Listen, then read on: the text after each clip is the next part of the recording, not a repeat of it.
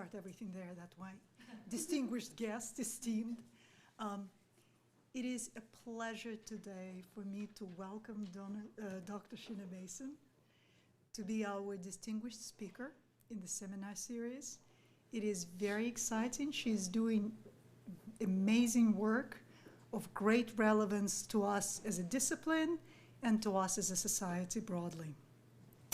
However, it was really Robin, our wonderful PhD student in the program, who made this happen. And without further ado, I'm going to let Robin properly introduce Dr. Mason to all of us.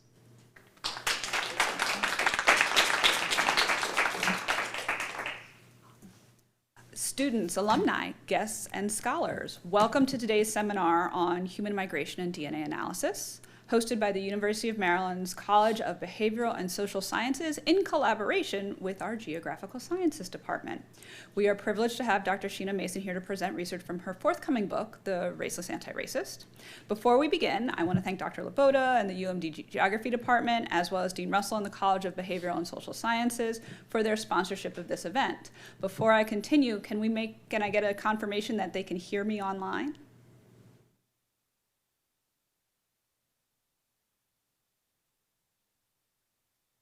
Fantastic, thank you. Today's seminar is designed as a hybrid experience, which is why it's so important everyone can hear us online, allowing participants both in the room and joining us on Zoom to actively engage with Dr. Mason's content. For those of you joining us on Zoom, you can access the interactive components by clicking on the links provided in the emails. In the room, please use this QR code on the screen to access the interactive materials via your mobile devices. We encourage everyone to participate actively, ask questions, and share your thoughts throughout the seminar. And now a little bit about Dr. Mason. Dr. Mason earned her PhD with distinction from Howard University. She's been an assistant professor in the English department at SUNY in upstate New York since 2021. Her research focuses on African diaspora and African literature. Her first work came to my attention when I was still working with schools in 2022. I was inspired by her drive to bring the theory of racelessness to a broader audience. Today marks a significant step forward in sharing this theory and her work with a wider audience.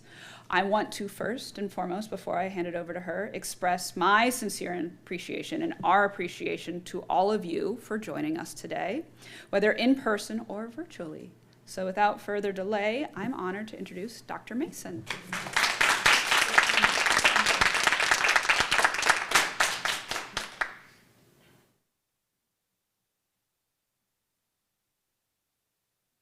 All right, hello and welcome.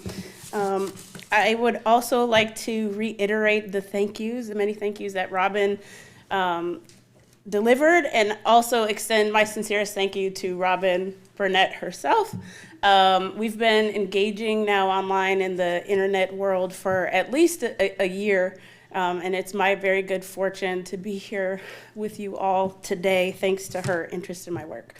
I also want to shout out my former students whose artwork is interspersed throughout my presentation today, and also Donna Dushunas, who is the comic artist that I collaborate with. We're working on a graphic novel adaptation of my book that comes out in February, and a lot of her comics are in here as well.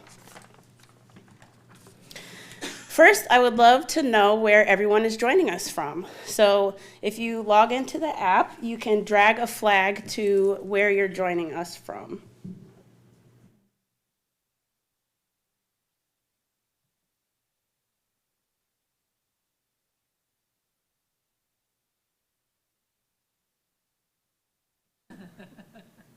Very cool. We'll see if the ones in the ocean move.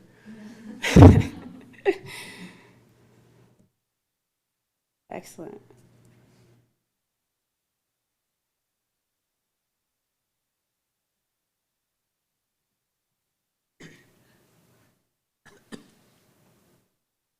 Awesome. I see many people joining from here in Maryland, as well as really all over the world, UK.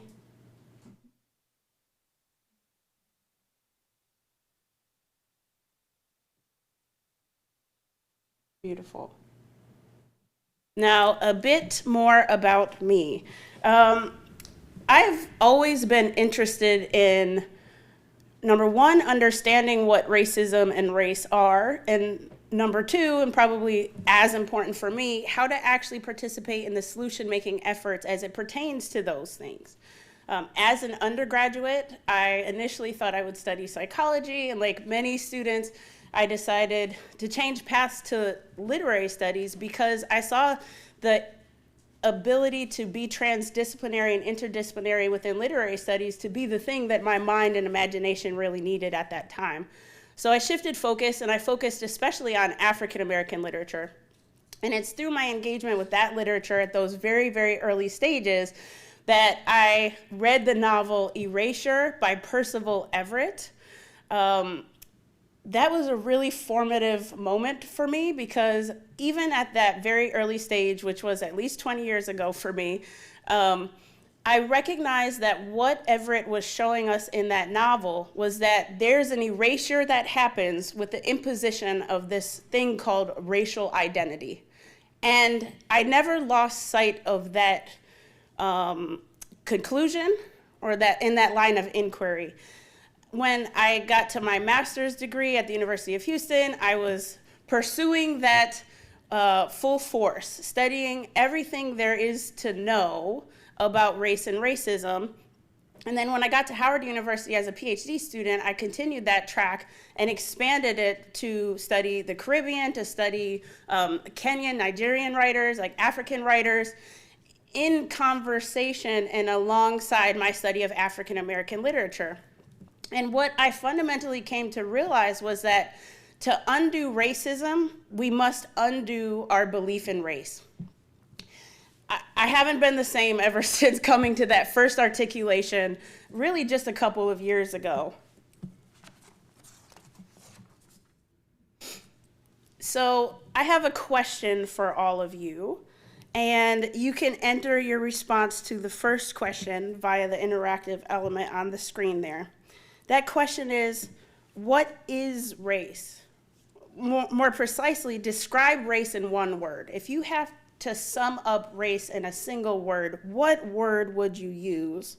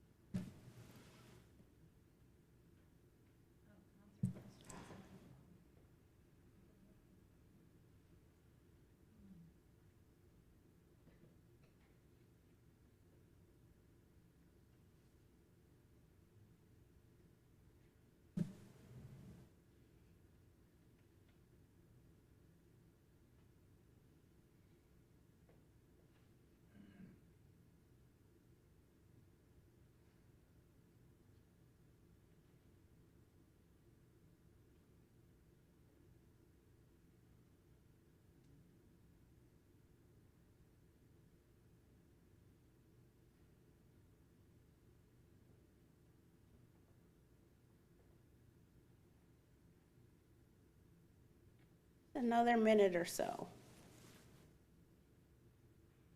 Describe race in one word.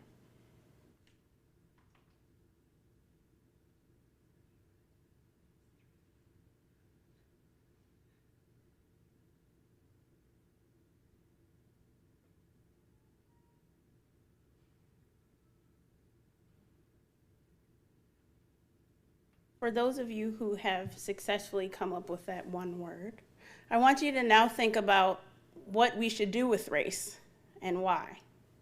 If race is the thing that you identify it as, what should we do with it?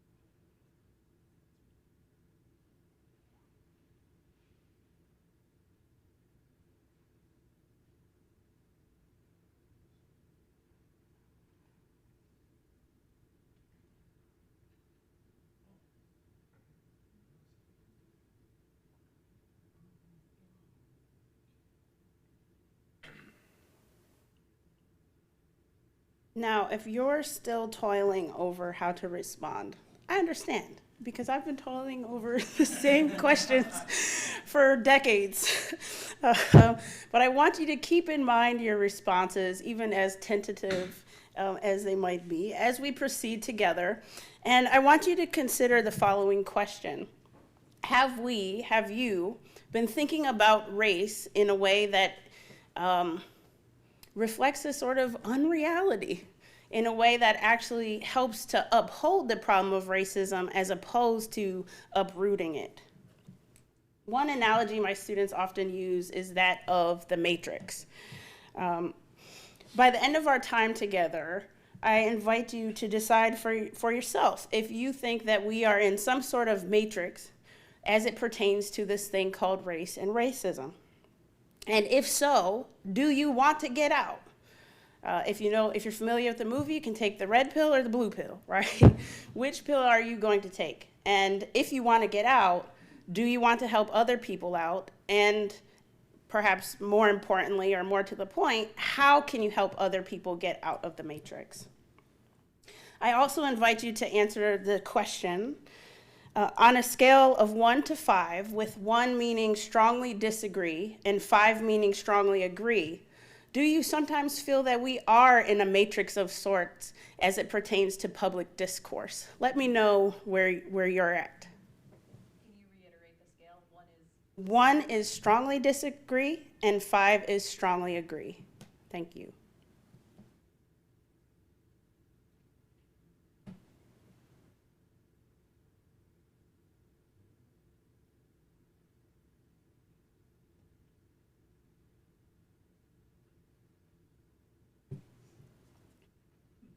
I feel your pain.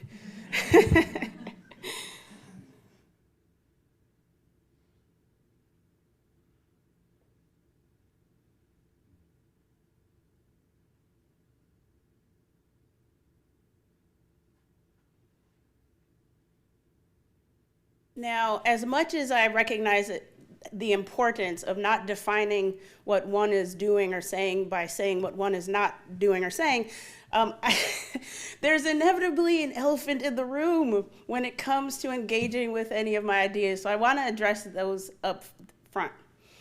Colorblindness. As I understand colorblindness, it's this idea that I can see something about you that I can translate into race, right? And I know I'm translating it into race because I use the language that's associated with race: white, black, mixed, Asian, etc. But I can put that information in my back pocket and not let it dictate how I treat you. And there's a lot of literature that shows the limitations of this colorblind ethos, right? In a lot of instances, it actually prevents people from recognizing the reality of racism, which to me is actually evidence of the sameness of this thing called race and racism. And in a fundamental way, the theory of racelessness is actually intervening into colorblind discourse to say the fact that we believe that there's something to be translated about any of us into race is in itself part of the problem called racism.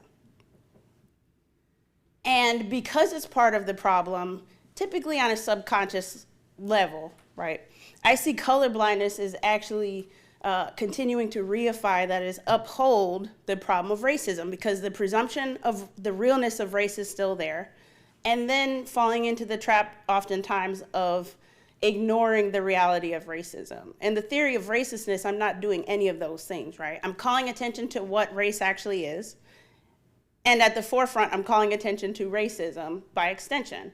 And I'm saying to undo the problem of racism, we have to undo our belief in race.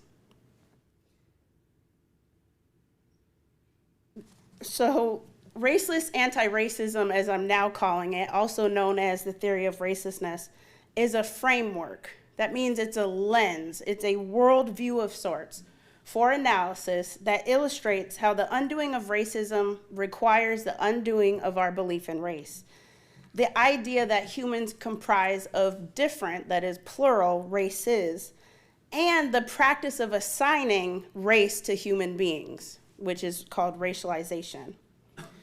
The reason why I'm interested in doing that is because I'm interested in disrupting the power imbalances, the dehumanizing apparatus that comes part and parcel with this belief in race and the practice of racialization. Through the theory, we're inspired to have a more astute identification and analysis of racism in any given context. And it helps people stop the unintentional upholding of racism by ceasing to uphold race ideology, which I count colorblindness as a part of. Its corresponding language, and also the subsequent and consequential limiting worldviews. As such, it helps to stop the lesser discussed but greatly impactful effects of racism. Raceless antiracism is also a philosophy or a theory of race, culture, ethnicity, social and economic class. As a philosophy, it extends the boundaries of what's called racial eliminativism and racial skepticism. More on that later.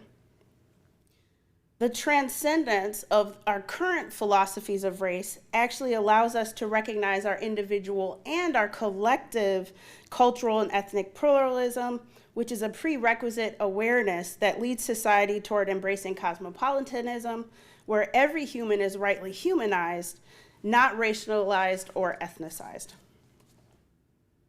The core tenets of the theory of racelessness are as follows.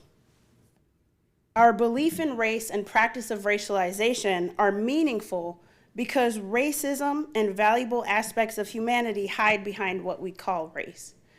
If you can imagine an episode of Scooby-Doo where we're chasing after the villain and the villain says race, right? And is like literally wearing black and white. We catch the villain and we demask, and usually there's a delightful surprise as to who the villain is in a Scooby-Doo episode, right? So we demask our villain, and all of a sudden we have a metamorphosis into 5 different entities. Racism itself, ethnicity, culture, social class, and economic class. The second tenet of the theory of racelessness, race does not exist in nature for humans or as a social construction. Talk about provocative. I'm going to illustrate how I get to those conclusions in my presentation today. Although we are all racialized by ourselves and other people, we are raceless, meaning we are beings that exist outside of racism itself, which I think is really a liberatory way to view oneself, right? I am more than my experience of racism.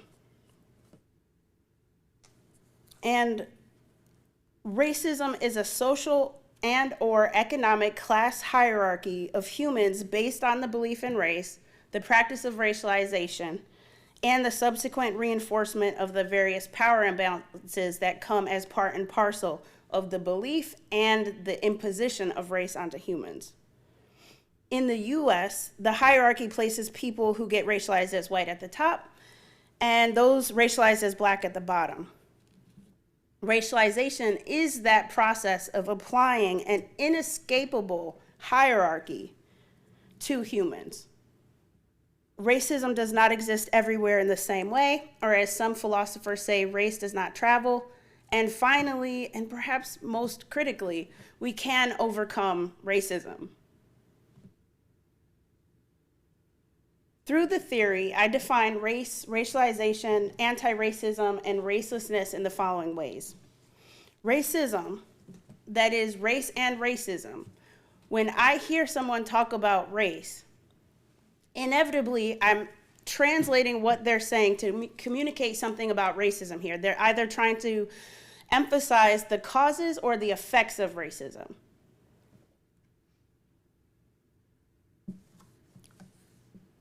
Racism is a social and or economic hierarchy of humans based on the belief in race, practice of racialization, and the subsequent reinforcement of various power imbalances. So I want to hear from you through this this app here, how do you define racism in comparison with this definition? I want you to really think about what is different and also what is similar or perhaps even the same. And we'll take a couple of minutes to do this.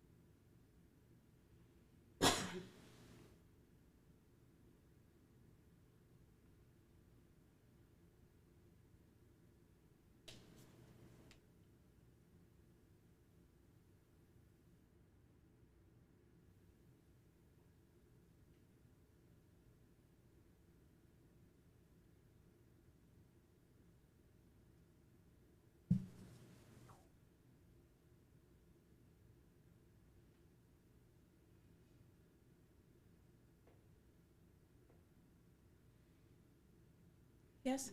Race and racism, in my viewpoint, is a completely different concept. So if you put them together, may sound very difficult.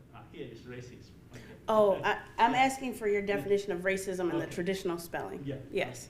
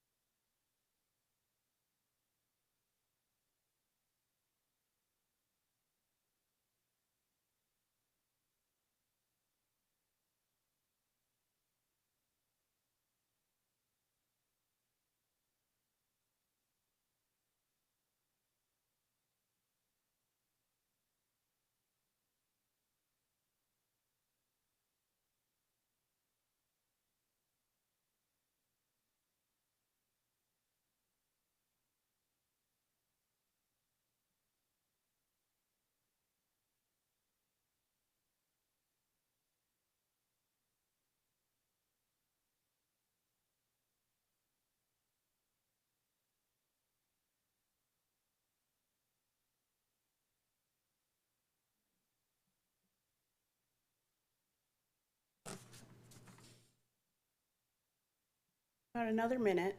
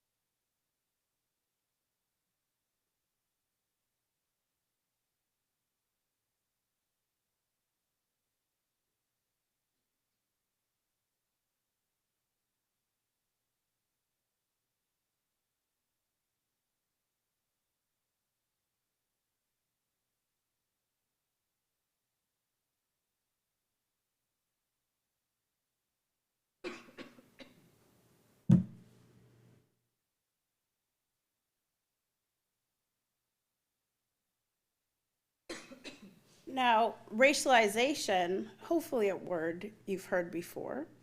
I define this word as the process of applying an inescapable social and or economic hierarchy, racism, right, to humans.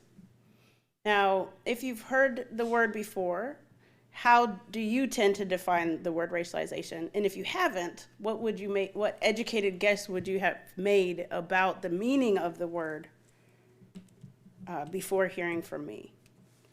Now, no chat GPT or AI or any assistance on this, okay? Dig in.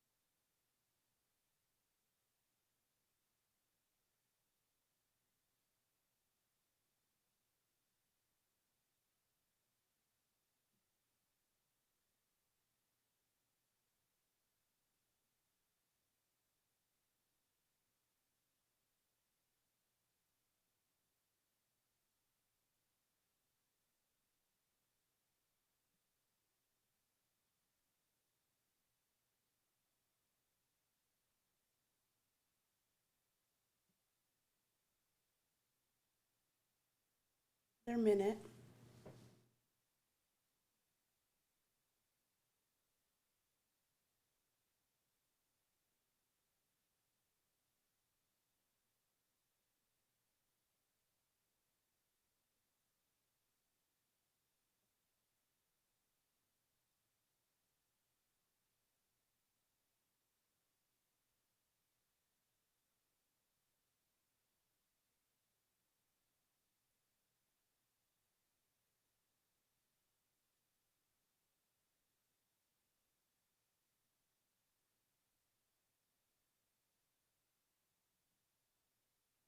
Antiracism, notice my spelling here. I identify as the policy and practice of identifying and ending the causes and effects of racism by effectively centering shared humanity. How do you define anti-racism? Go ahead and enter your response.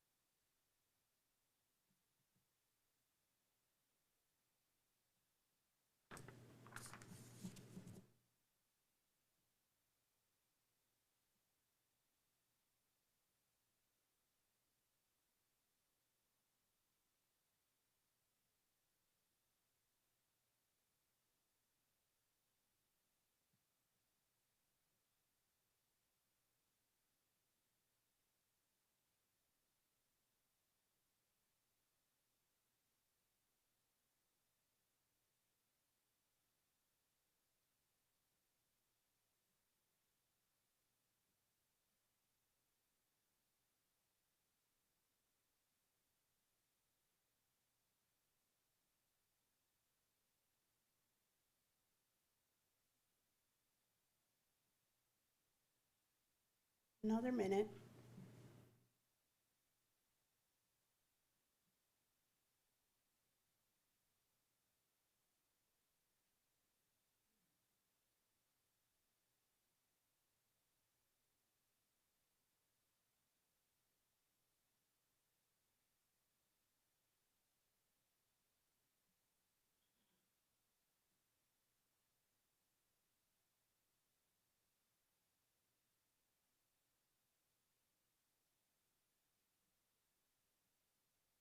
Racelessness,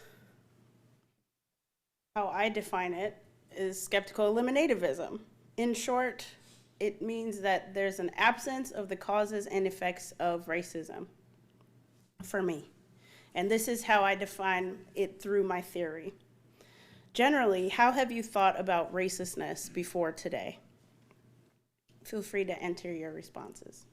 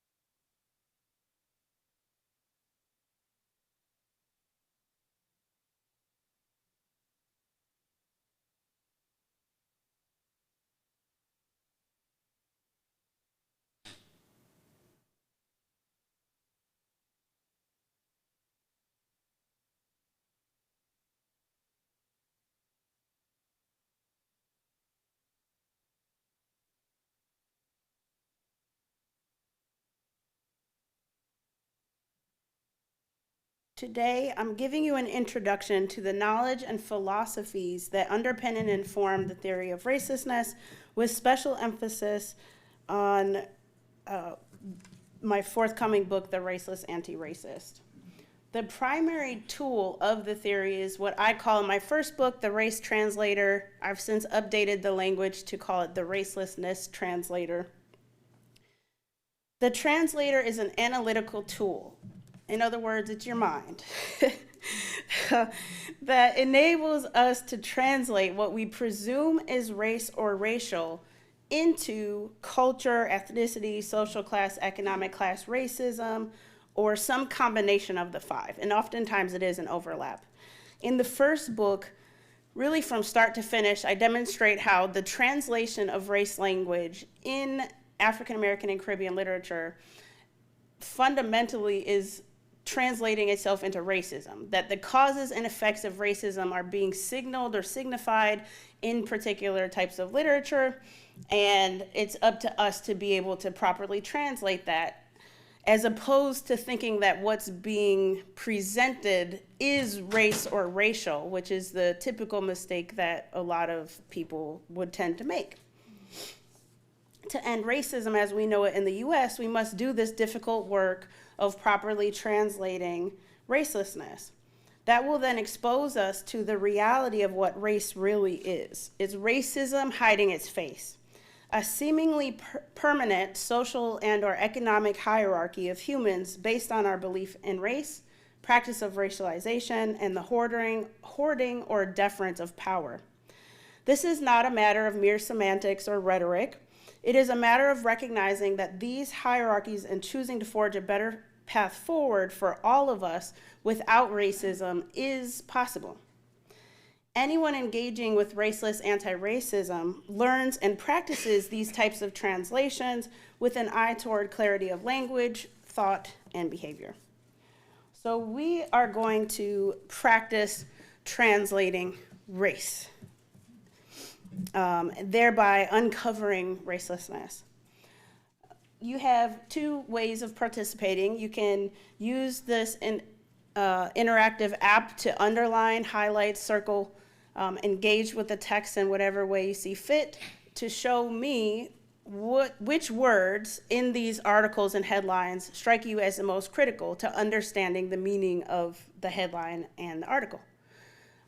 And for folks who are here with me in person, I'm going to ask you to share out loud some of your responses.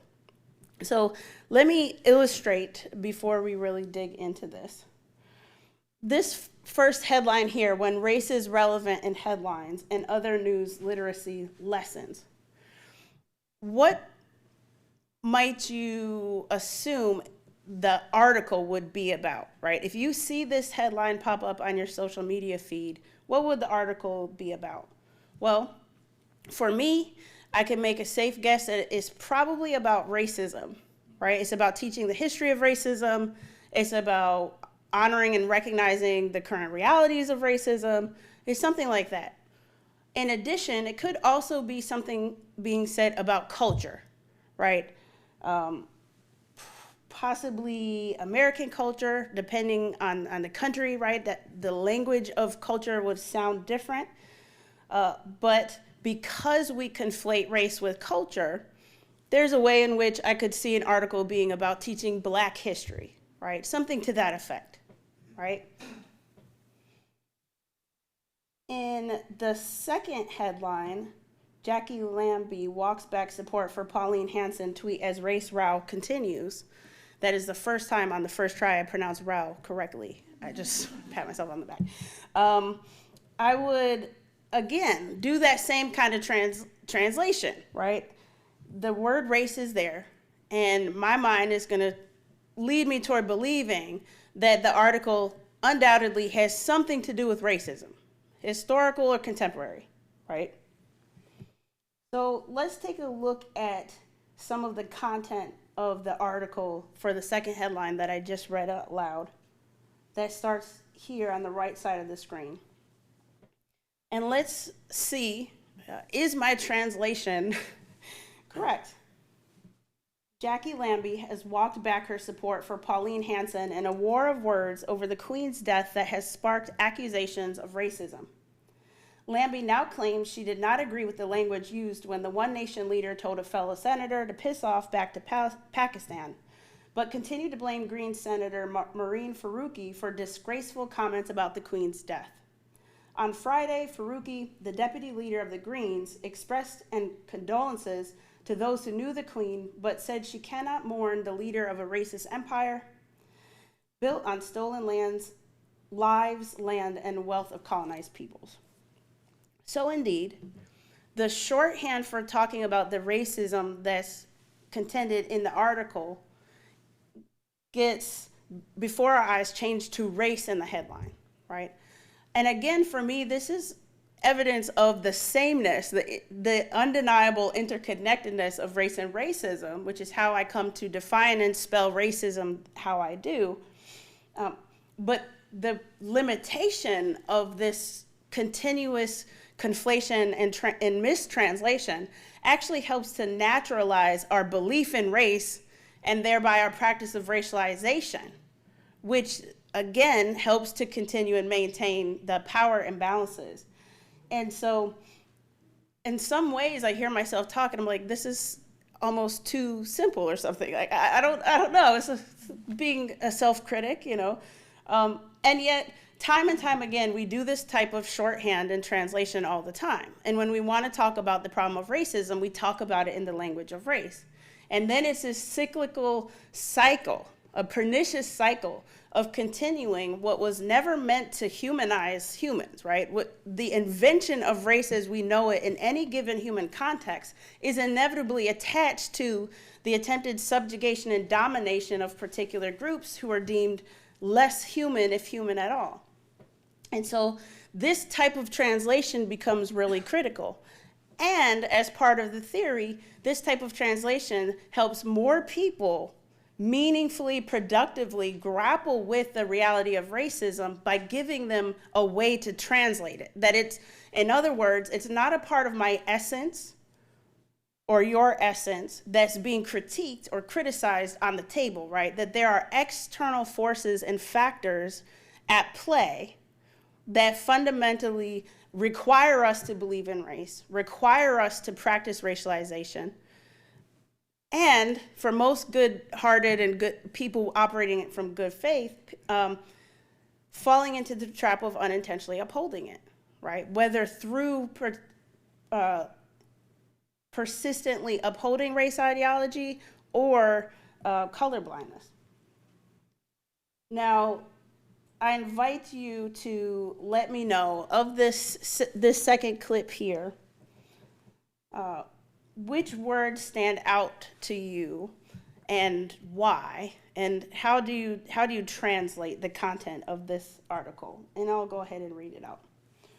Weber said, quote, "These classes of citizenship were brought in to target British Muslims of South Asian and Middle Eastern heritage. Such divisions act as a constant reminder to minority ethnic citizens that they must watch their step and reinforce racist messages about undeserving racialized groups unworthy of being British," end quote. what comes to mind for some of you when you hear this statement, this excerpt? Yes. Yeah, I think the word target stands out for me very prominently. And I also feel like it's, I don't know if the word pigeonholing or just placing a lot of people that may have completely different characteristics into one box or one category, right? So maybe there's a simple way to summarize that. Interesting. And tell me a little more. Which boxes do you see being conveyed on the screen here?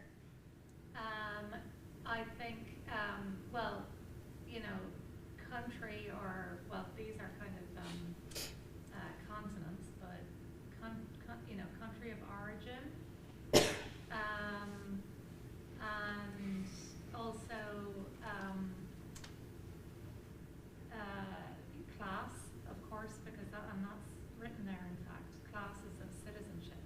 It strikes me as strange that you would have a class of citizenship, right? You're either a citizen or you're not, right? Mm-hmm. So why then are there different classes? So I got a question mark about that. And it made me ask myself, what class of citizen am I? Because I'm actually Jewish citizen, so I'm British. But so I was like, oh, I didn't know there were different classes. So, you know, so yeah, okay, I've said enough, sorry. Interesting. Thank you. Thank you. You had your hand up as well. Unfortunately, I don't know your name, so I can't call your attention. You had your hand up as well? No, I saw your hand was up earlier. No? No. Okay. I'm imagining things. I do that. It's the professor in me. Anyone else? Yes. Yeah, I think you see British political debate. Just some politicians, they just very skillful to put something in a very simplified way.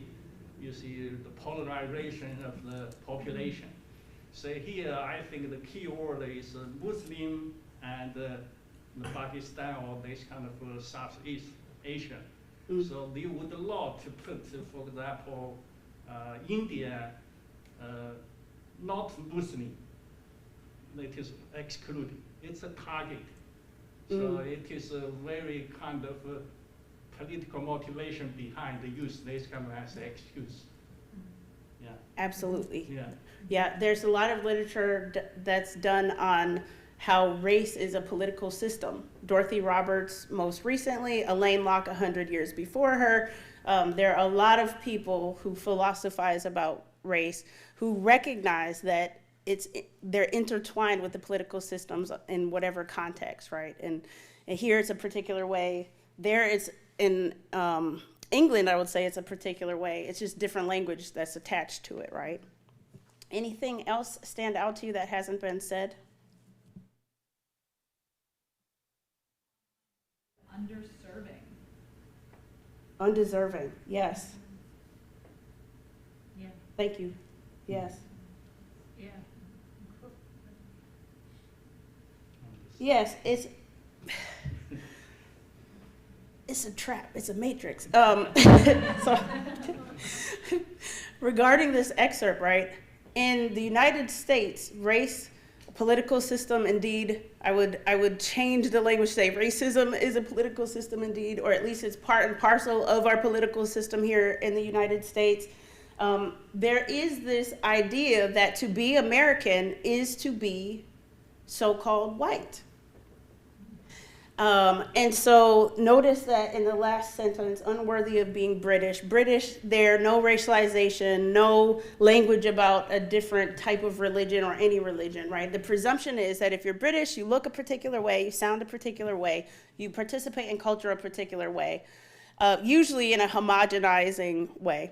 And in America, racism operates very similarly. There's a lot of literature that shows how to be American, a particular image comes to mind, and that the absence of race or the absence of racialized language actually signifies this thing called whiteness. And in a lot of unfortunate, mostly for me, ways, racelessness, for that reason, continues to be also misconstrued or conflated with this thing called whiteness. Because the very absence of race, in other words, the absence of the dehumanizing apparatus, hear me on the irony, the absence of the dehumanizing apparatus to too many people's minds means white. And how unfortunate and problematic is that? Because look, we don't have to look very far. We can look around this room, right? Sometimes we can look around our own families, right? Our own classrooms and see the diversity in terms of how people show up in this world. And whether you classify yourself as American or not, the fact that only non-white, in quotation marks, folks have to put a disclaimer, a qualifier in front of the language of American or in front of the language of person, right? Because the absence of whiteness, the absence of the language of racism is actually time and time again presumed to mean white. I'm not just a person. I'm not just a woman. I'm a black woman to most people's minds, in other words, right? But if I looked a different way, if I looked what people imagine white looks like, then I would just be a person probably, more often than not. And why is that, right? I'm inviting you to consider, why is that? How can we become more clear-eyed about how racism manifests in our language, in our belief systems, in our practices, in our policies, because all of this is fundamentally interconnected. So it's not just a matter of feeling sharp for oneself to do this type of translation, right? It's like, how can we actually be more clear-eyed about the problem, bring more people into being clear-eyed about the problem, and then how can we solve the problem? So here's another example, and I'll give you a minute to read this. This is an excerpt from another headline from a press in the United States. I want you to see where race language appears, right? And particularly in this first paragraph, black and brown children, right? Where that language appears, what is being communicated there from the author? How can we translate that? And I'll give you a couple of minutes to read it, and then we'll talk about it. When I start to see everyone's eyes, that's when I'll know we're ready to talk.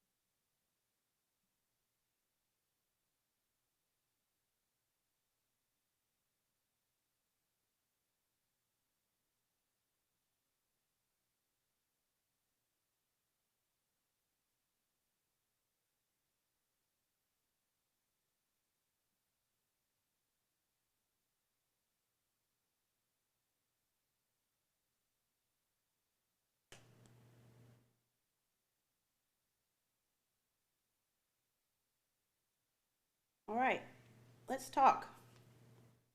What is the central message of this article? the racist debate become dominant, and the people just ignore essential things about the schools, finance, and education.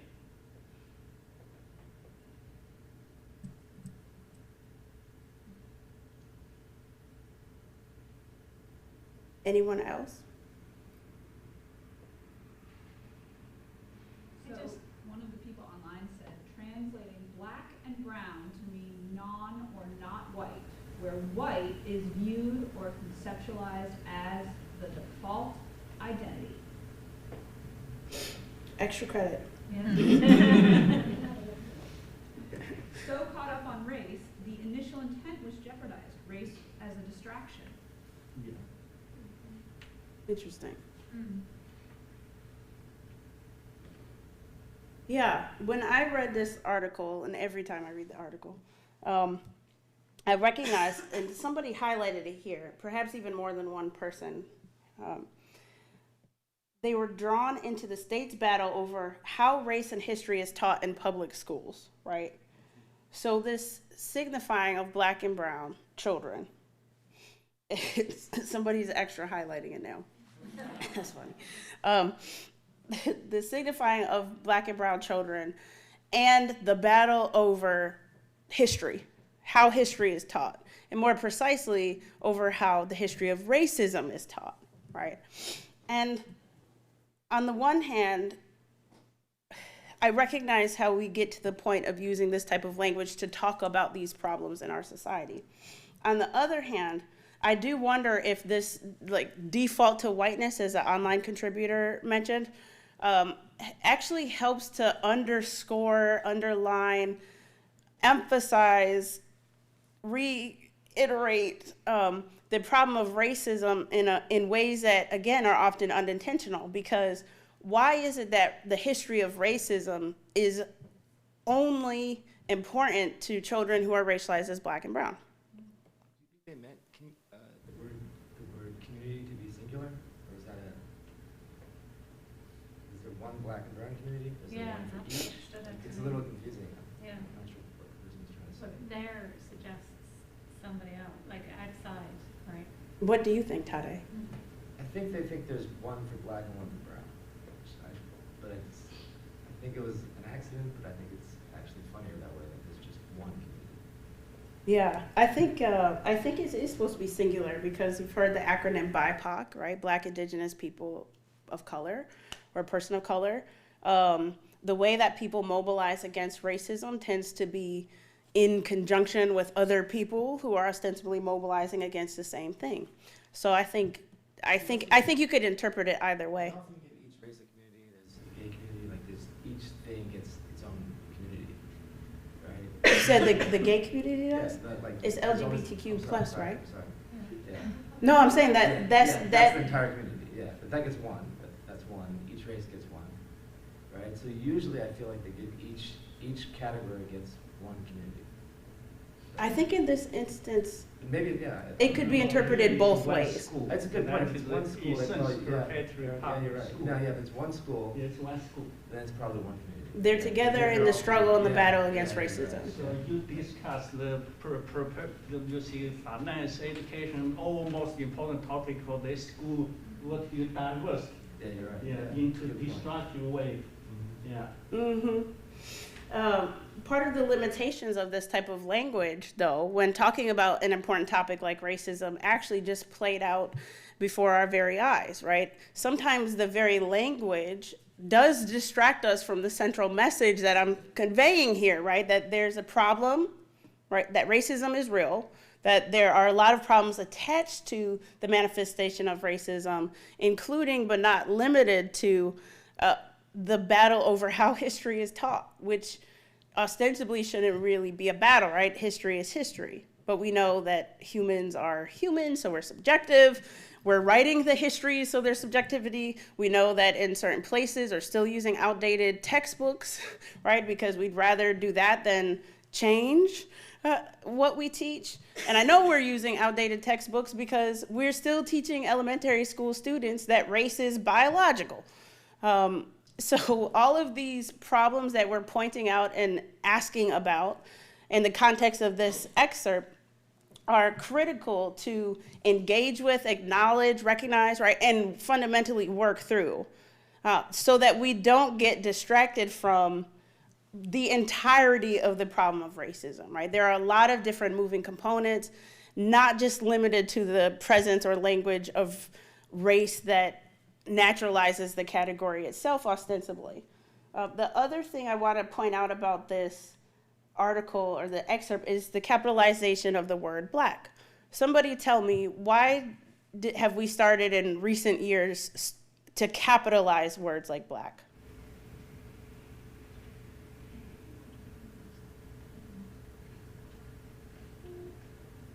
I know someone knows. Black. I was wondering, why is black The claim is capitalized that, and brown is not? the claim is that it's an ethnic group, right? So it's like saying Jewish or like Muslim. It's like it refers to a specific group. Whereas brown is just, I mean, you can be black and brown. Like it's the same person, but like brown is, I don't really know what brown means. Like that's literally the color of their skin, right? Okay, so this is actually, we're gonna put a pin in that, Tade, and we're gonna come back to that.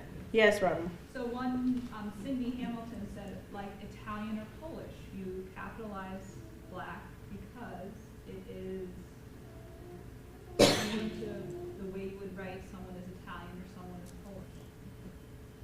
Right. So the argument is that it represents culture. Like I think culture is inevitably part of ethnicity, but it's a cultural thing.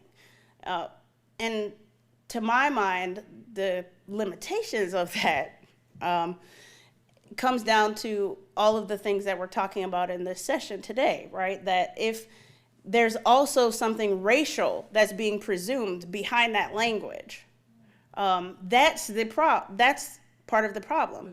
Because on a fundamental level, because we have a racial idea of what it is to be black, and because there are literally millions and millions and millions and millions of people from all different countries, from all different ethnicities, tribes, etc., who are packaged into this category of black, people make the mistake of thinking that black signifies all people of recent African descent. But you talk to, I think, many, if not most, Americans of more recent African descent about this, and to their mind, black just means black American, right? And in that way, there's a specificity about culture. But again, the limitation comes down to the fact that because we're taught to think about race in a particular way with this particular language, we often continue to reinscribe the problem of racism, usually unintentionally. Isn't capital say, doesn't it mean culture? We don't capitalize like punk culture or like hip hop. We don't, if someone said hip hop culture, that would be capitalized, right? But culture as pertains to a people, right? This idea of community that you brought up earlier. Yeah, I saw an article before our session today that was arguing for the capitalization, it was on LinkedIn, that was arguing for the capitalization of the I in indigenous for the same reasons that I'm expressing here, right? Because the idea is that there's an attempt to cover or hide particular parts of history as it pertains to racism, and that to honor that there are entire peoples, cultures, ethnicities behind the language, that capitalization is proper. Just as somebody online, I think, was saying, we do that for Italian, we do it for American, we do it for all kinds of other words that are describing a people. That's the argument. And I'm not saying whether I agree or disagree, I'm just saying that's what the argument is. We have online saying because black people throughout the diaspora have had our identity stripped, black takes away the geography associated with race. And cultures that weren't black in the 1600s, when the theories of race were developed, were considered else. The use of colorization, meaning color as an identifier, makes a distinction to serve as a positive purpose, but reifies the racialization. The capitalization question. Black was a color probably before it became a people, or people became a color. Nice. That wasn't you, Starlight, was it? No. That sounds like. Let's see. Okay, so for this one, I'm going to play a video for you. I want you to pay attention to how the interviewers and the people being interviewed are thinking about race. What can you identify? What do they think race is? Remember back to when I asked you to define or describe race in one word? What words would you attribute to the speakers in this video? Any questions about what I'm asking you to do?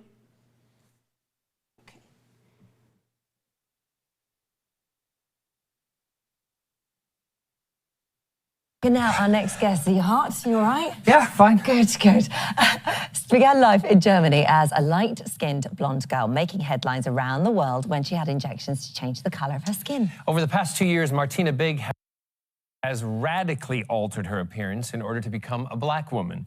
And this morning has followed every step of her controversial story. When I was younger, I admired the curves of Pamela Anderson. My next step is going to pump up my lips also. My eye color has changed, my eyebrow color has changed, and I can feel in myself that I'm changing to a black woman.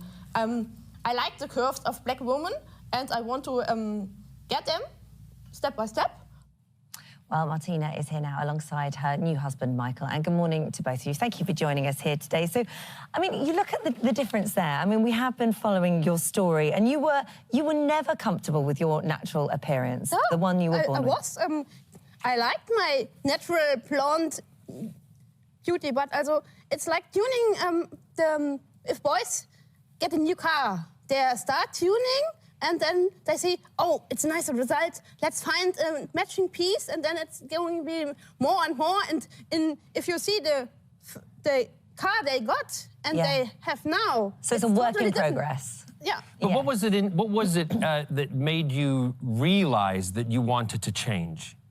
At first, I only want to have Samartan, and this new medicine, they told us it is will protect the skin against the sun and will make more tan. But at this point, they didn't know that it will work really extreme. For me, it works really, really good. So this is the melatonin injections, and this was your surgeon. It cost £170 ago. You've had 3, is that right, or more? 2 years ago, three years ago. Michael and I had the same injections, the same amount at the same, 2 years ago, and a little bit other things, but also only 3 injections, and it working. The body is working itself. It is no classical tanning injection. It's an injection just changed the geometric progress in the body. Right, because there's been other changes also, because it's not just been the skin. For me, you can see the skin is getting darker from the beginning, from the first week. Yeah. But in the course of time, you also could see the eye color is getting darker, the eyebrow color is getting darker. My growing hair changes the structure. It's getting curly and more dark, and everything changed. So but there's a difference here, because that's one thing, the sort of visual aspect of how you now look, but you feel different on the inside. I mean, last time you were here, you were saying that you identify as a black woman. 80% of you identifies as a black woman, but now you've...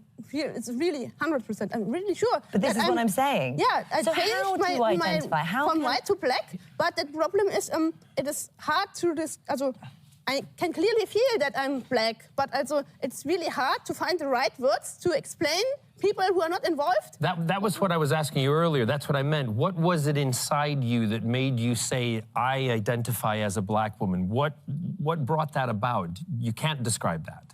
And it's really hard. The first step, when we met in 17, in March, when I had the blonde hairs, that was a little bit later. I was in a swimming pool in Germany with people like you, and then, oh, they're looking really pale. I think this medicine will be working for me very well. That's the first time I feel strange between the white people, and I starting thinking about, oh, this medicine is not only working only for the skin, it's changing everything together. The feelings change, So are you, sorry to interrupt you, you're saying that it wasn't until you had the injection that you realized that you identified? The injections only started the process, But being black is not only being different color. It's everything in total.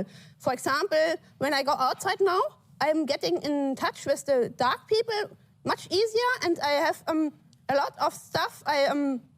When I compare to my African friends, I have more with them common than with my German friends. There's a lot of people that will be watching this that will be upset about what you're saying, that they will find that they'll be offended by what you're saying, because they will feel that actually, you know, culture, heritage, history, all adds so much. Please I was able to learn in February. I was in Kenya. It was also, I have a lot of invitings from all over Africa, but from Kenya I got the most invitings, and so I traveled to Kenya to learn more about the histories and the cultures, and I was several weeks I lived there with everyday life, and for example, the Maasai told me or taught me how to make fire without lighter. We go to the river and collected wood and carried back. African people like Martina very much. For example, when we go to get out the car in Kenya downtown, in Nairobi downtown, there came a lot of people. Oh, I know you from the British and US TV, and you are idol for me because you was white and you going black. The most white people said, oh, black is second class or like this, and I think what we're trying to ask, and again, a lot of people out there are probably going to be thinking this, and it's a lot more the culture for, you know, it's in you basically, but you're saying that you're learning it, and it's hard to learn. I hope I'm putting this in the right words. It's hard to learn another race, and that's basically what you're doing. Is it right to say that? Not about the real African race. For example, in the US, a lot of Afro-Americans, they know nothing about the real African culture. They are from the culture American. Can I just ask you one more question? Because sadly, we're going to have to leave this here. There was something you did say to us was that you've got married, and congratulations, and that's lovely news. Thanks. One day you are thinking about having babies. You've been told by a doctor that your children will be black? Yeah, they said they will be black. Also, we are not having planned children actual, but I am discussing regularly with my doctor. Is everything the body is okay? Okay? Is the baby okay? Is breastfeeding okay? And how will the baby look like? And if that baby is not, because I'm trying to think biologically how that's I can't see how that's possible genetically. If it's not, will you feel close if you give birth to a white child? Will you somehow feel that this is not connected to you? No, it's a mix of Michael and me. I'm pretty sure it will be black, or if it is milk chocolate or a little bit lighter, it doesn't matter. All right, I have to. I look at it as your body, your choice. Are you happy? Yeah, absolutely. Yes, I had the same treatment as Martina, but for Martina it works much better, and I wish me a little bit more tan. All right. We'll see you next time then. Thank you very much. Thank you. Okay, so I know you undoubtedly have a lot to say. Feel free to use the app to sound off. A couple of things, right? This video actually, in a very extreme manner, demonstrates what we were just talking about, right? This capitalization of a word like black, what that's supposed to signify versus what people are actually taught to think that it is, etc. In a very extreme and ironic way, intentional on my part, of course. This video exemplifies all of the things, all of the problems that come along with this type of language that's attached to race ideology, thereby attached to racism. I also want to bring you to a novel that might be of interest to you, George Schuyler's novel called Black No More, published in, I want to say, 1931. One of my favorite novels, probably of all time, working on a critical edition of it for Broadview Press, except the opposite happens, right? I won't give away any spoilers or anything, but just to tease you a little bit, the protagonist wants to pursue this medical procedure called Black No More that can help you become white. And chaos ensues because all of these people who are racialized as black in the United States, they're going to New York City to get this Black No More treatment, and they're coming out and they're looking white. And they're doing it for better economic opportunities, better social and cultural opportunities. It's arguably the first science fiction book written and published by an African-American writer. Strongly recommend it.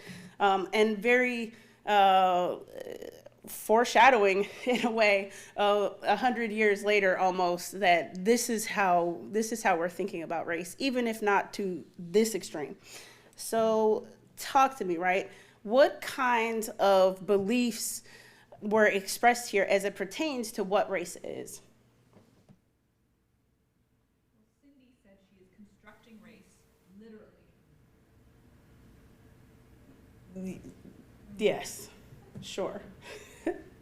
Right, because it's a visible thing, right? Catherine? I just had a question whether it's actually real, that they are real people. Oh yeah, no, this isn't a spoof. That's a great question. I probably should have led with that. It's not a spoof or a parody. Yes. And about 6 years ago or so, in this particular interview, and she had been going through the process for a few years leading up to that. Yeah. Yes. I think what I kept noticing and hearing is how perfectly this episode locks the concept of race. There's no way out of it.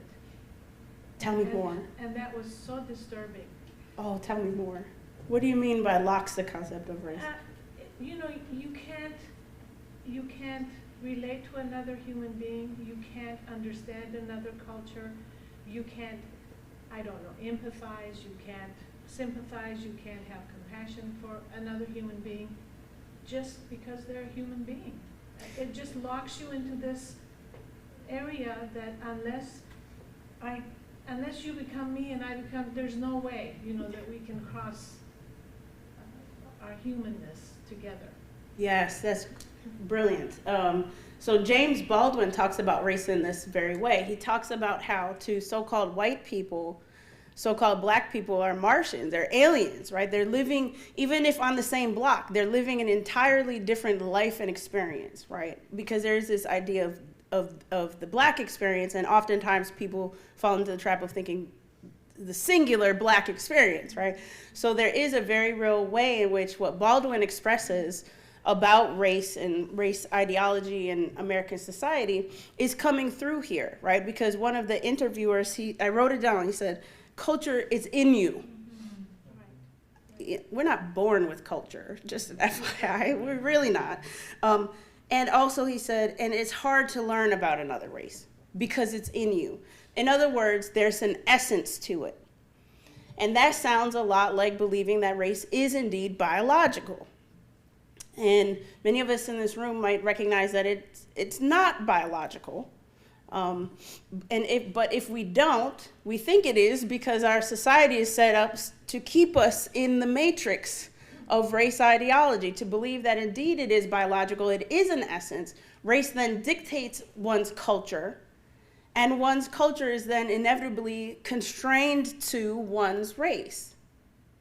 And how sneaky is that, right? Because if you caught it, Martina says she went to Kenya and they taught her how to make a fire without a lighter.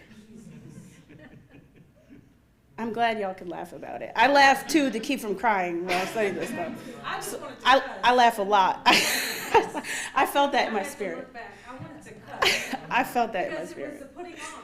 It was, I saw her in blackface. Yes. She saw identity is, this racialized identity is something you can put on. Like you would pick Yes. up a bag, and she talked about updating a car, or I wanted to go darker. If I could have snatched her through the screen, it's so. This is coming from a reverend, just to show the irony. Reverend doctor. So you know she means it. She means it. Insulting.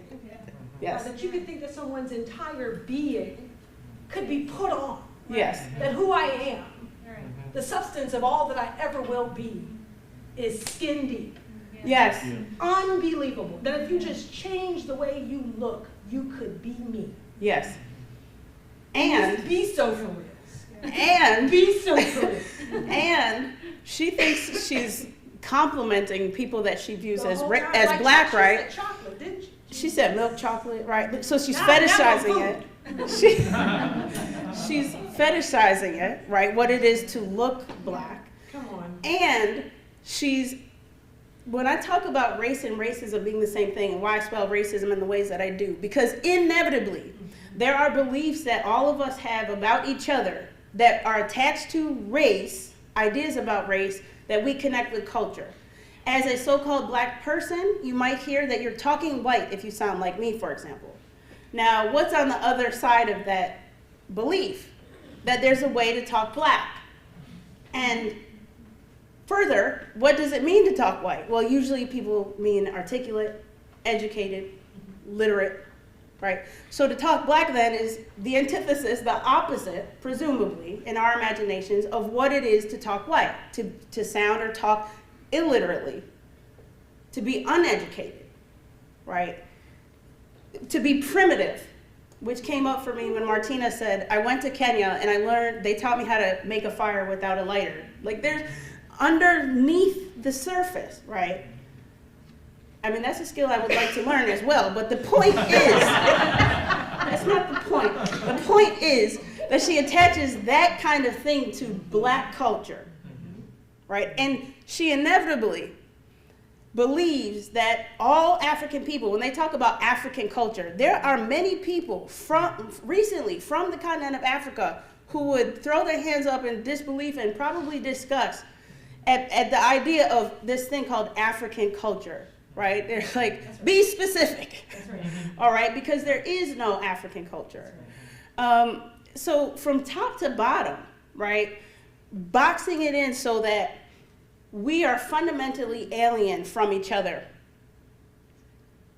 And we can't overcome it. In that way, racism would be permanent because we can't overcome it if it is in essence, if it is in us, if we cannot learn other cultures.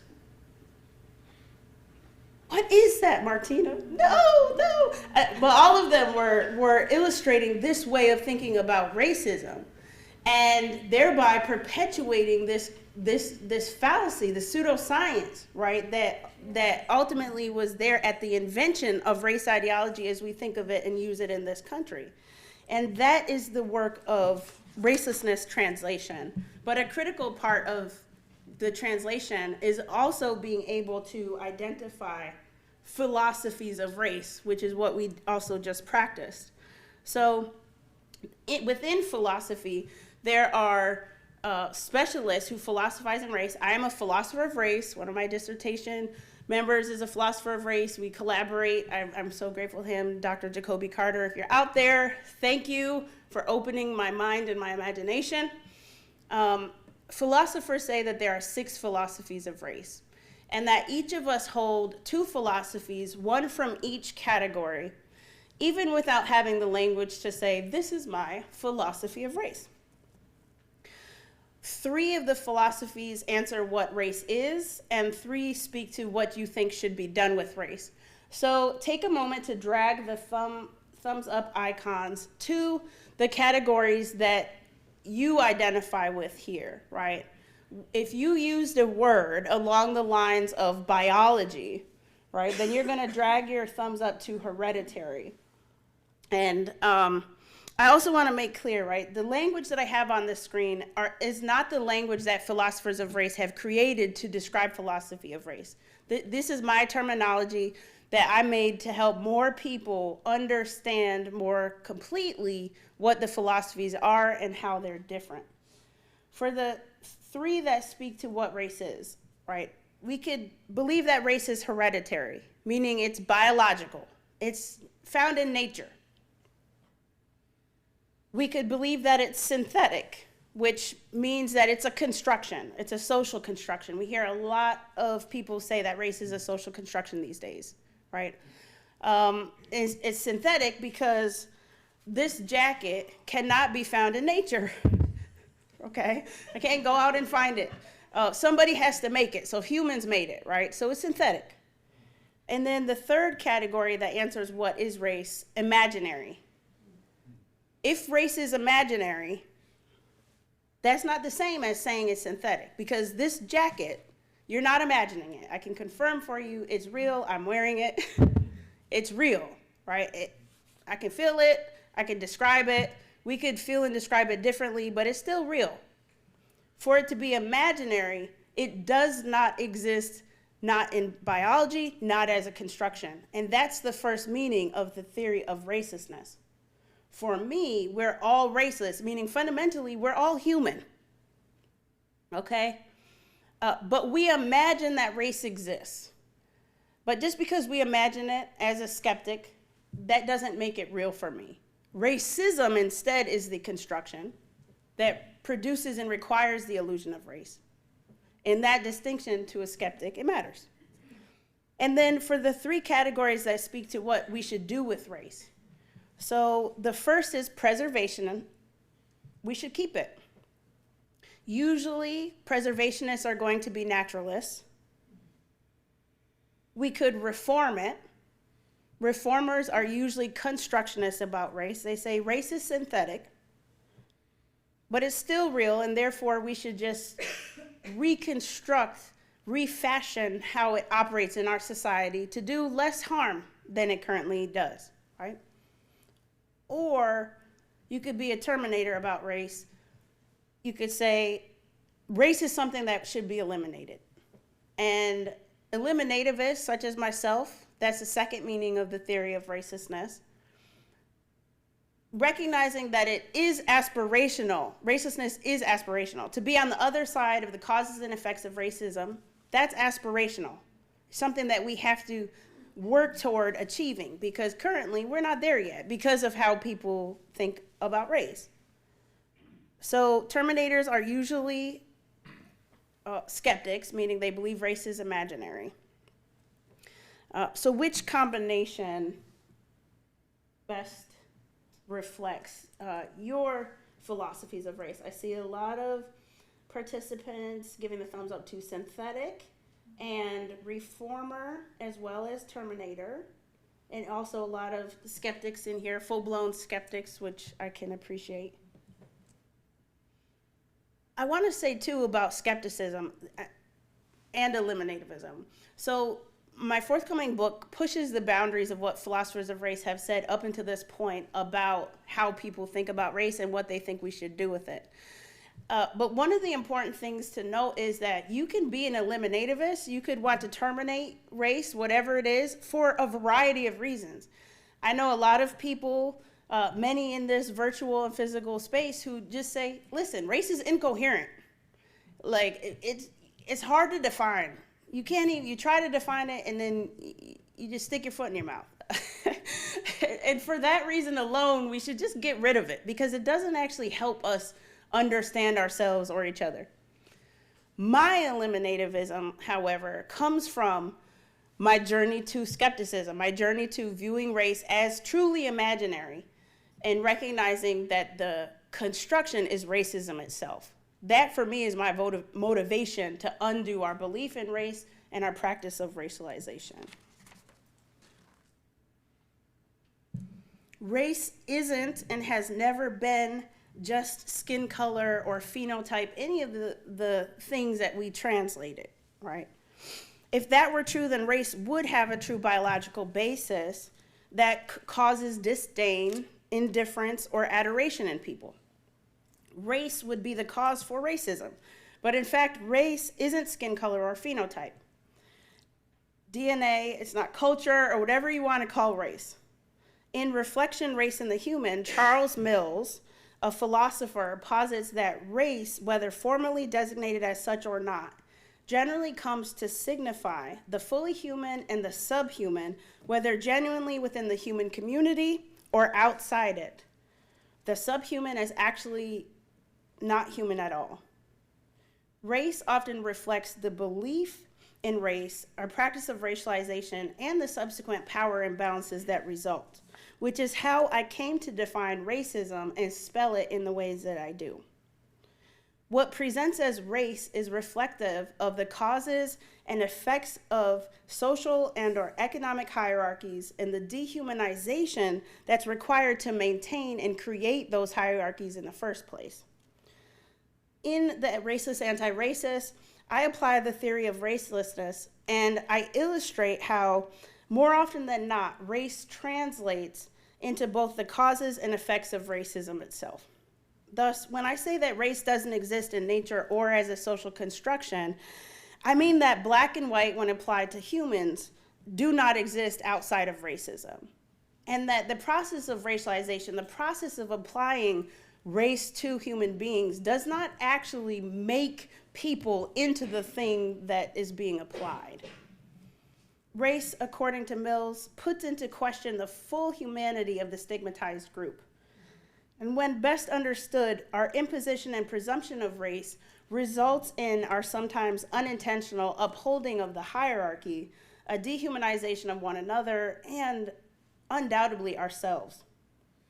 Racism is the social construction that necessitates our continued and mostly blind belief in upholding of race ideology and its correlated language and practices.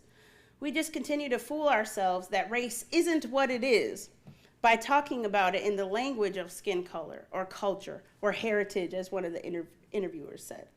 And effectively, that's a great way to continue to make ourselves alien to ourselves and each other.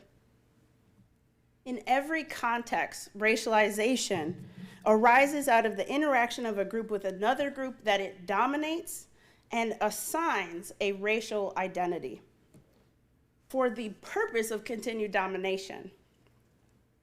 Across human history, people have concocted the idea of race and subsequent identities to reflect and maintain existing or desired divisions. And in time, differently racialized groups deal with that perniciousness of racism differently, sometimes embracing the language or striving to reconstruct, to reform the language to do less harm to them. But make no mistake, that doesn't mean that that's not also still maintaining the problem of racism.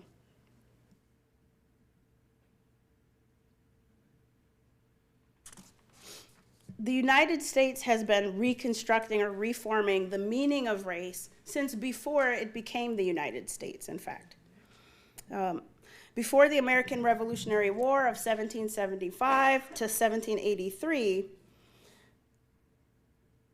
largely influenced by longstanding and ever-fluid caste or class systems in European society, the early modern Europeans that came to the Americas took the concept of race, which did signify essence, did signify difference, and often reflected hierarchies, and they attached to it the language that already existed, right? Like this idea of white and black, with everything pure, good, great, strong, moral about the world being attached to the thing called whiteness, and everything immoral and bad about the world being attached to the thing called blackness. And so you have civil rights activists, human rights activists like Frederick Douglass, taking up the banner of blackness and saying, I am black and I am human. And that should sound a lot like what is happening in recent times in the United States and inevitably like everywhere, right? This assertion of humanity. With the Black Lives Matter movement recently in the US, I am human, I am black. So the reason why that continues to happen is because we inherit these racial, i.e. racist, beliefs. We inherit the ideology, we inherit the language, and then we use it and try to reconstruct it or reform it or refashion it to do less harm. But I'm saying through my research that that's an impossibility. That's why we've gotten as far as we can in terms of reconstructing what it is to be racialized as fill in the blank. Because the reason why one's humanity is not apparent, the reason why a person has to even say something like, I'm black and human, is because the race, the imposition of race, the assignment of race, is the dehumanizing apparatus. It is what tricks too many people into believing in the inhumanity or the subhumanness of people racialized as black. And at this point, it's also important to say that I'm talking about undoing race and racialization period. So hear me when I say I'm including whiteness in that category.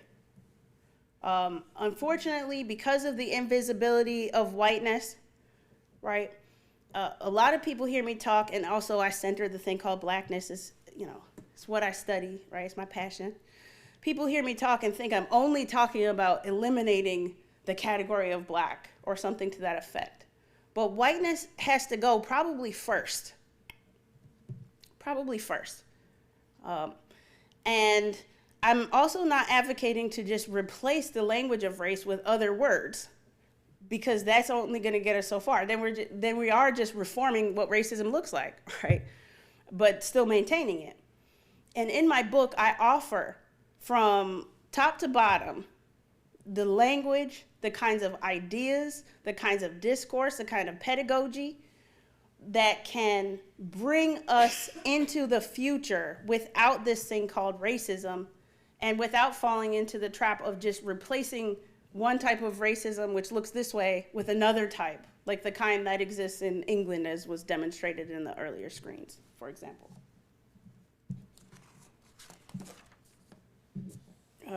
If it's unclear, race has never been a neutral descriptor, a neutral category. And even if many people believe that it is, right? Well, I just describe myself as white, right? Because that's how I look. I'm white, right? People say that to me all the time. I'm white, right? I would contend that the language of race actually doesn't describe how we look, because race is not skin color. And I can recognize that other people are going to look at me and racialize me in a particular way. And I can also interrogate and criticize that people are looking at me and racializing me in a particular way. Because inevitably what's attached to that presumption of race and assignment of race, it is under the surface, inevitably the thing that dehumanizes me or dehumanizes you. Now, in this book comes out February 20th, 2024, and the graphic novel adaptation will come out the following year. Each chapter builds on each other in chronological order and also out of order. And the following tools of the theory are interconnected and interrelated. And those tools include all of the same concepts that I introduced in the first book: the concept of architecture, madness, twilight, the walking negative, rememory, borrowed from Toni Morrison, invisible ink, also Morrison, consolation, maternal energy, diaspora, nation, and home. And each chapter infuses every aspect of the theory itself, even as I explain and show what each aspect is. I use a combination of literary, historical, philosophical, cultural, quantitative, qualitative analyses to illustrate the theory itself, including the knowledge it brings to the fore, and also demonstrate the theory in application. The foreword was written by Reverend Dr. Starlett Thomas, who is in the audience. She's the one who wanted to cuss earlier, but she didn't, but she wanted to. She goes by the Raceless Gospel, and she's the author of Take Me to the Water, the Raceless Gospel as Baptismal Pedagogy for a Desegregated Church, a forthcoming book, November of next year. Put that on your calendars. And these are the chapters as follows after the foreword. So there is an introductory chapter, but then I go into architecture, a background of racialization and racialized identification. And there I theorize about the architecture of racism via racialization. The architecture, the knowledge and ability to identify and speak cogently about racism is an essential aspect of the theory. There's no hiding here. In Madness, Racism is Systemic, I theorize madness by illustrating how racism is systemic, but not in the ways many people are taught to think or presume. I name the US government, media, and education systems as the primary entities who help to keep us in our racialist boxes. Madness anger, disorder, unwellness, etc., results as our efforts to keep ourselves divided across racialist lines. Madness then precludes us from being more clear-eyed about what ails our societies, which I take to mean it prevents us from more effectively solving the problems that plague us. In chapter 3, The Multiplicity of Origins in Humanity, I co-authored this with Dr. Tadeswa Aya, who is in the audience, asking a lot of rich questions. He's a geneticist and a professor at SUNY Downstate. And in that chapter, we explore the scientific undoing of hereditary beliefs in races of humans and complicate the notion of any human having a single or straightforward origin story, which science also arguably dismantles. The expansion and synthesizing of how people understand human identity is a critical aspect of the theory of racelessness. In chapter 4, Twilight, Colorblindness, Racelessness, and Humanism, I theorize twilight, and I demonstrate the profound differences between the theory of racelessness and colorblindness, the shortcomings of the colorblind ethos, and how humanism, when best understood and practiced, helps us outside the bounds of racism for the betterment of everyone. And there I actually introduce a concept of Ubuntu as a type of humanist philosophy that we can look to for inspiration. And in The Walking Negative, Defying Dehumanizing Efforts, I theorize the walking negative by showing how each of us can and should reject the dehumanization of any of us. We defy the expectations of racialization, but only if we don't fall into the trap of seeing the world through racializing frameworks. Go ahead and, if you haven't already, move the heart icon to indicate which of these 5 chapters you're most excited to read.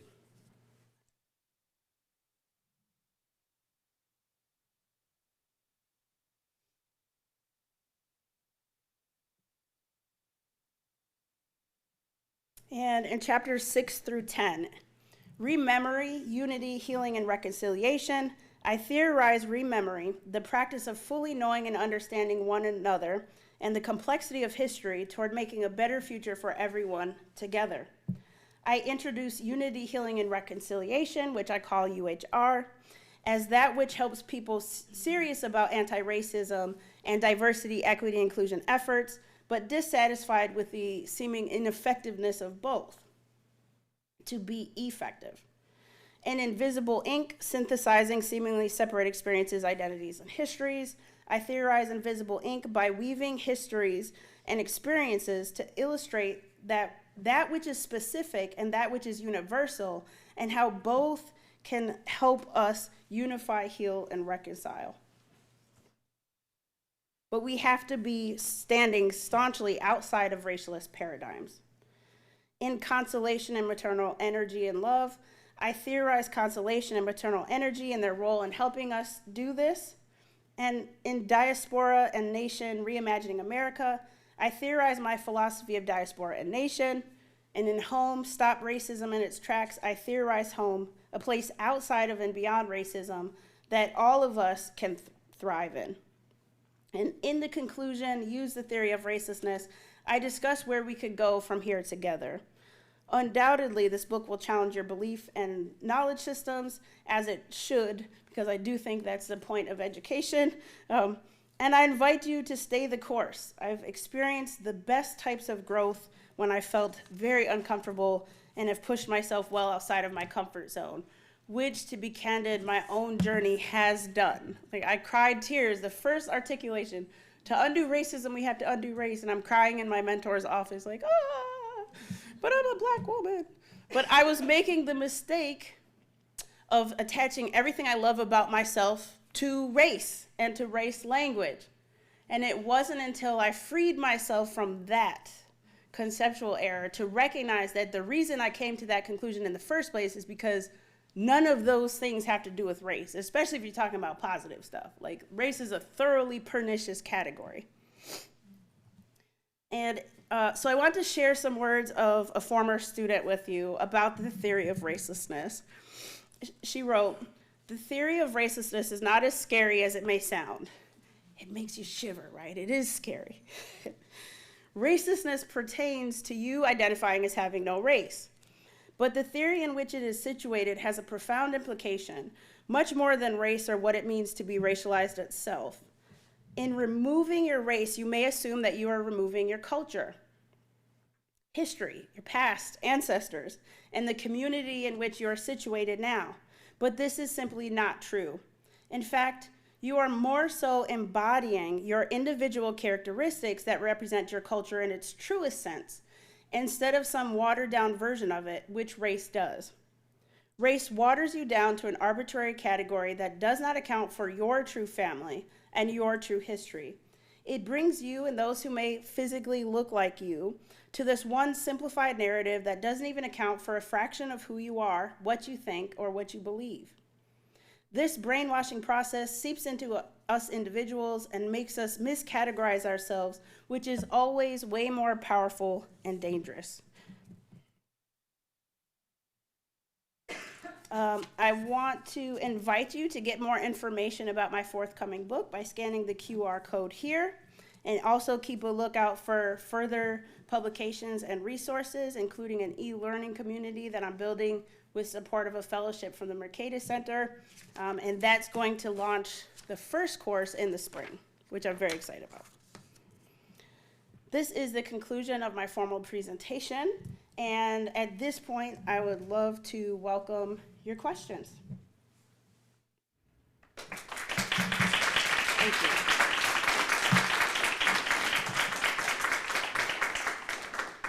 Yes. Will there be an audio version of the book? Thank you for that question, Catherine. Yes, there will be. Imagine my struggle in trying to articulate the differences between how I spell racism and anti-racist and stuff, but yes, there's going to be an audio version. Yes? I'm just curious about the answers that we gave. Do they get analyzed? Yes, they all get saved and sent to me in Excel files. Anyone interested, I presume, can reach out to me. You can email me directly, and I'd be happy to share. I think, is it anonymous? It is anonymous. Yes, it's anonymous, so there wouldn't be any breaches of boundaries or anything. I'm just curious to see, I'm interested to know how others answer those questions. Yes. Just as an enlightenment. I mean, you know, we're probably coming into this as a little bit naive, perhaps, and uneducated on the topic, many of us, I would say. So I just wanted to understand kind of the range of responses, I suppose. But yeah, very interesting and engaging conversation. Thank you very much. Thank you. Really enlightening and certainly opened up my eyes.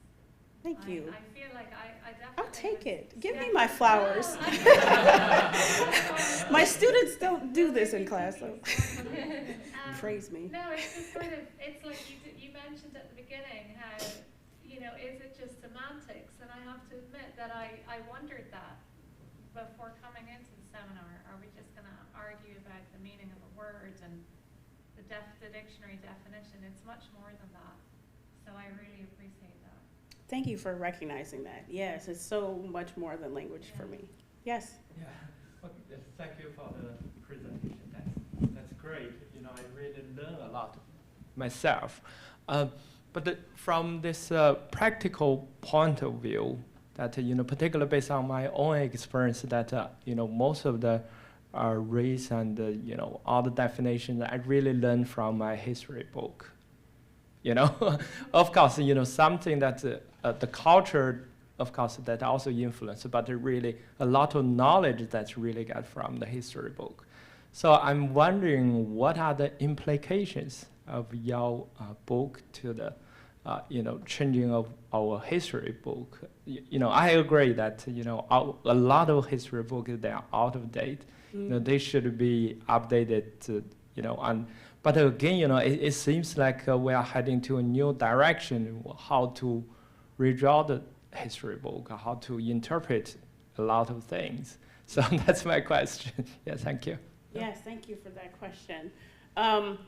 Yes, I think inevitably, and if I had it my way, there would be more people I hear from graduate students around the world on a regular basis at this point who are engaged with my work and saying, I'm putting you in conversation with Perry Thomas with his autobiography on these mean streets. And I mean, doing like really interesting things with my theory and application. And I think the more we have people engaged with the theory, then the more they'll create from a place of the theory to do some of the rewriting, if you will, or to do some of the supplementing that's required to interpret some of the older history books. I can't even say older, like books that are being written right now are still using the language and still operating in the paradigm that I'm contending with, right?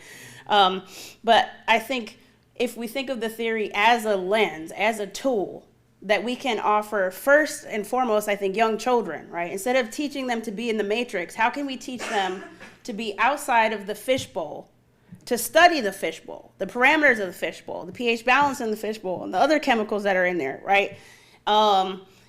If we can do that and get that right, then we can have generations of young people who don't have to do the really hard work that many of us in this space have to do, that I personally had to do myself, of unlearning and relearning and expanding and stuff like that. So that's step one, right? And how we get that toolkit, I'm inviting everyone within the sound of my voice, right, to participate in curriculum making, to participate, whatever your syllabus looks like, right, to use from my book the language and some of the strategies and tricks and stuff that I offer, and use that in your own work. And I think the more people that are doing that, then the more good fortune we will have in terms of solving the problem. It doesn't have to take as long as we might think, right? And if you think in terms of how long humans have been alive compared with how long the race ideology that I'm contending with has been alive, very short amount of time. Very short amount of time. And so I'm inviting folks to create, right? To engage with the theory, to create from within the theory, to join me in continuing to develop and advance it. That's the only way, because I'm just one person, I'm pretty excellent, but this still just one person. So we can change our tool. I'm thinking that too, Yes. That's important. In our tool too, we still use both of the naturalism and the constructionism. So we need the imaginary this part. Yeah. Oh, hi. Hey. Thank you so much for your presentations. Thank you. Just one comment from me. I remember one slide. You give some definition of the black and white. Could you please also include the Asia or the brown? Because we are very glad to be included to join the discussion. And also, I remember another slide you said about the. You asked me to discuss about the text. You say they have the black and brown. So it might be quite confused because you didn't mention the brown before. So I think if you could define the brown at first, then we can discuss more accurately. Yeah. Sure. Thank you for that feedback. And to be clear, in both of my books, I do talk about the other categories. And I also send folks to books that are literally focused on those other categories. And the reason why I focus on the binary of white and black, like at the root, the reason for it is because those categories have to be exploded and disrupted themselves in order to explode and interrogate any of the other categories. If that makes sense. So that's why I tend to center the discussion on white and black. But in my writings, I do make clear I'm talking about all racializations, all of it. Thank you so much. Thank you. How are we on time? We still have time. I just have a comment. I think for me, the chapter that I might be really curious about is the one about vocabulary, like being able to explain things. I've been listening to a lot of podcasts because sometimes I read something, but when I hear somebody make an argument and vocalize and explain something that I can't explain. I think it's really, really powerful, which is why I commented about the audiobook, because I think sometimes certain things happen and you can't explain them and you don't have sort of the tools. And I think that's like a really powerful place to be, like when I'm explaining something to my sons as an example, or to kids who are playing with my sons, and just being able to have the words to communicate, I think is really powerful, and I'm really looking forward to reading that. Yes, thank you. And it goes a long way because, it's not just a language thing, right? Our language fundamentally reflects and also informs our belief system, our knowledge systems, and then our behaviors and actions. There's a way in which if we continue to talk about the problem of racism in the ways that we have, then we will continue to basically force people to internalize the problem of racism. And we can change that by changing the language, changing the way in which we talk about the problem of racism. So instead of talking about my experience as a quote unquote Black person, for example, and I change that, if I'm speaking from a place of that kind of language, right, then a lot of times what happens is I'm the problem. I become the problem for the racism that I might experience, right? George Floyd was killed because he was Black. Breonna Taylor was killed because she was Black. Literally, in how we talk about the problem of racism, we make the person, the victim of racism, the problem. We make the target the problem.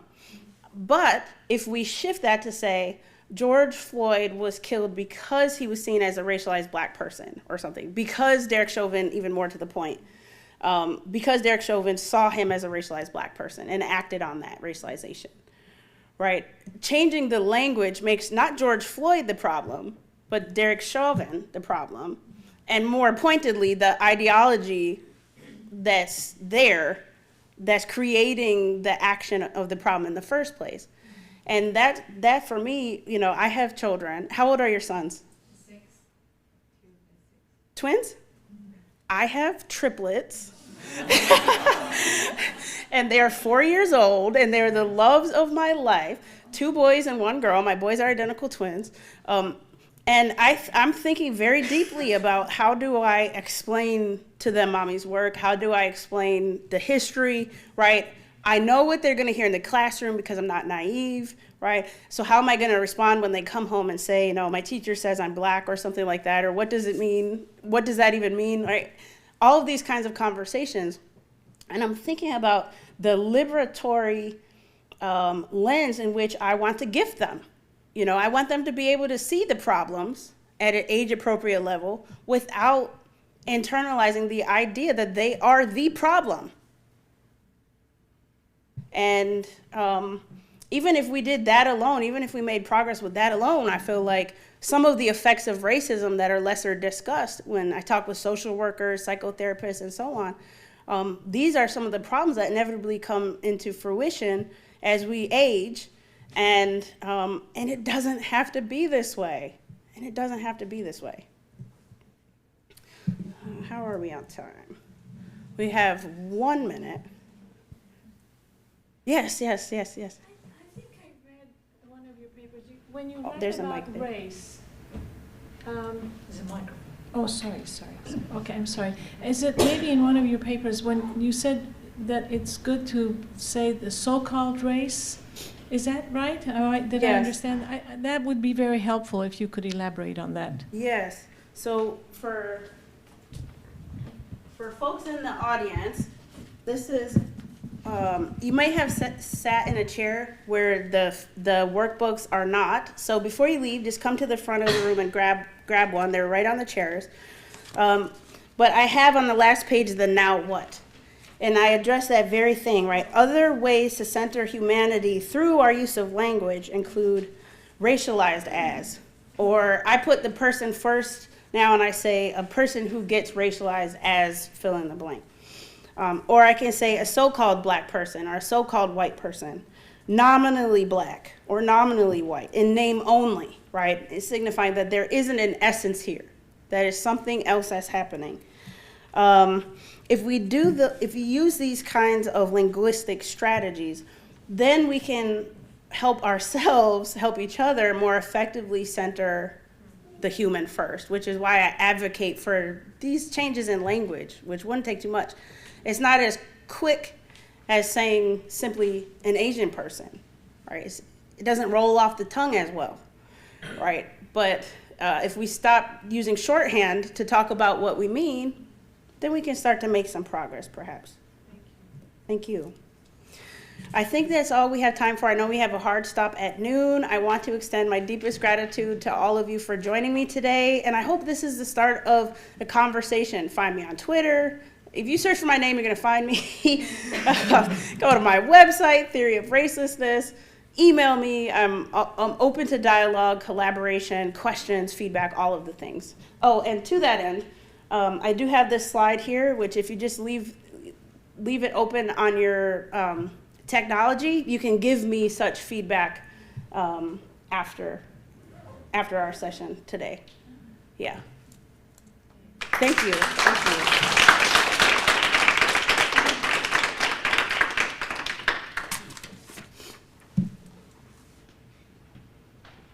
Thank you, Dr. Mason, for your informative and engaging presentation. Thank you, everyone, for attending. Almost 100 people online, so really fantastic, alumni and everyone else.